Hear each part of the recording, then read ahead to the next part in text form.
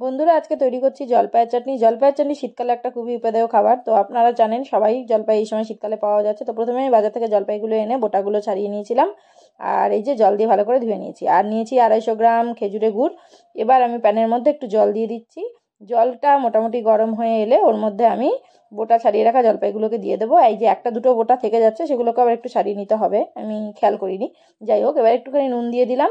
নুন দিয়ে মোটামুটি 5 থেকে 7 মিনিট ফোটালেই দেখুন জলপাইয়ের কালার চেঞ্জ হয়ে গেছে, মানে পুরো সবুজ থেকে অলিভ গ্রিন হয়ে গেল।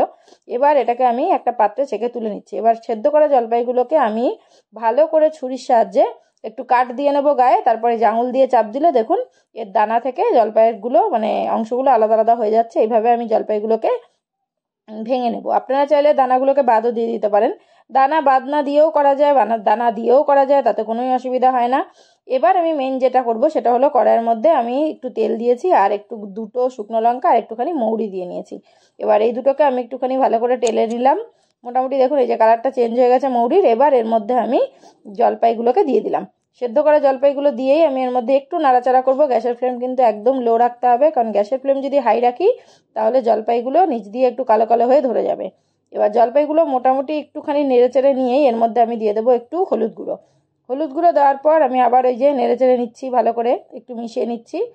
এবার মোটামুটি একটুখানি নাড়াচাড়া করে নিয়ে জলপাইগুলোকে ভালো করে হলুদ মাখানো হয়ে গেলে আমি গুড়টাকে জল দিয়ে গুলে নিয়েছিলাম, ওই গুড়টাকে এবার আমি জল সমেত এর মধ্যে দিয়ে দিলাম।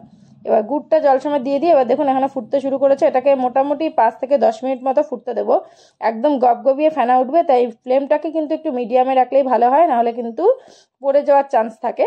আর একটু মাঝে মাঝে একটু নেড়ে দিতে হবে যাতে জলপাইয়ের মধ্যে ভালোভাবে গুড়ের রসটা মিষ্টি মধুর রস মিশে যায়।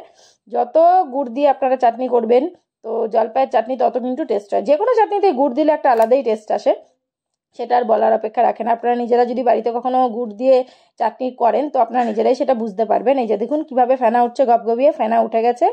এবার একদম জলপাই প্রায় হয়েই আসছে। এবার লাস্টে দিয়ে দিতে হবে জলপাইয়ের চাটনির জন্য একদম মশলাটা। এবার চাটনির মশলা আমার ভিডিও আছে, আপনারা চাইলে সেখান থেকেও দেখে নিতে পারেন, এই চ্যানেলেই সেই ভিডিও পেয়ে যাবেন। তো বন্ধুরা এই ঠান্ডা হয়ে গেলে জলপাইয়ের চাটনি পরিবেশন করুন।